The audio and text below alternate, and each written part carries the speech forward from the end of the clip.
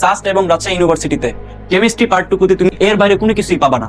Just ধৈর্য সহকারে এই টপিকগুলো একটু পড়ে যাও, তাহলে তুমি এখান থেকে ম্যাক্সিমাম এমসিকিউ আনসার করে দিয়ে আসতে পারবা।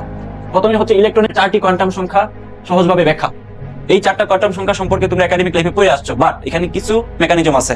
পরীক্ষায় তোমাদের নিচে তোমার একটা 4s দিয়ে বলবে এটা সম্ভব কিনা, 5d দিয়ে বলবে এখানে কয়টা ইলেকট্রন সংখ্যা আছে। সো এই পিওর বেসিকটুকু তোমাকে জানা লাগবে। তারপর হচ্ছে দ্রাব্যতা, কেএসপি, কেআইপি, এখান থেকে প্রশ্ন পাবা। সো এগুলো তুমি হাজারি স্যারের বইয়ে খুব ভালো মতো ব্যাখ্যা পাবা, বাট ম্যাথমেটিক্যাল পার্টটুকু তুমি কিভাবে পারবা, ওইটার জন্য তোমার দরকার হচ্ছে বিগত বছরের রিলেটেড এমসিকিউ গুলা।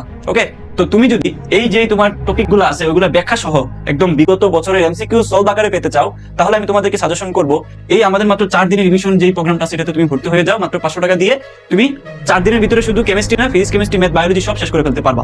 জাস্ট এই টপিক গুলা তোমার এখানে ধরাই দিচ্ছি, তোমরা নিজে যদি পড়তে চাও, কেউ যদি কোর্স না নিতে চাও আর কি, কষ্ট করে পড়বা। আর যারা হচ্ছে এগুলা ব্যাখ্যা সহ তুমি একদম ধরে তুমি এমসিকিউ গুলা সব দেখতে চাও, যাতে করে পরীক্ষায় তুমি একটু কম সময়ের ভিতরে এগুলা সমাধান করে পরীক্ষা হলে ঢুকতে পারো, তাহলে তুমি আমাদের এই 4 দিনে শেষ হওয়া যে রিভিশন কোর্সটা আছে নিতে পারো তুমি। তারপর হচ্ছে অ্যাটমিক স্পেকট্রাম, তারপর হচ্ছে রিডবার্গ সমীকরণ থেকে আসা গুরুত্বপূর্ণ বিষয়গুলো।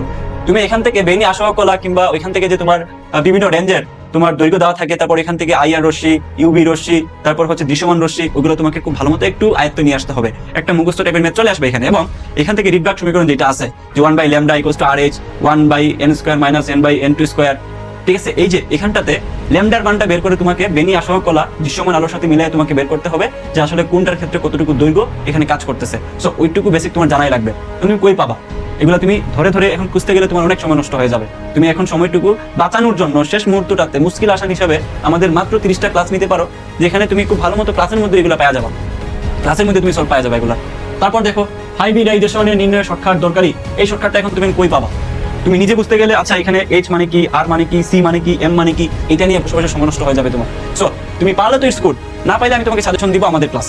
আমি বারবারই বলতেছি তোমাদেরকে, কারণ এগুলা জাস্ট টপিকগুলো দিয়ে দিলেই তো হবে না, তোমরা অবশ্যই এগুলার ক্ষেত্রে ব্যাখ্যা সহ তোমাকে পাওয়া লাগবে, ব্যাখ্যা সহ তোমাকে জানা লাগবে, তাই না? সো এখন যদি শেষ মুহূর্তটাতে এমন কেউ থাকো যে ভাই এগুলার আসলে সঠিক ব্যাখ্যা আমি এই মুহূর্তে পাচ্ছি না, কোথাও খুঁজে বাইর করতে পারতেছি না, তাহলে আমাদের ক্লাস নাও, ডাইরেক্ট এগুলোর ব্যাখ্যা তুমি পাওয়া যাবে এমসিকিউ সহ।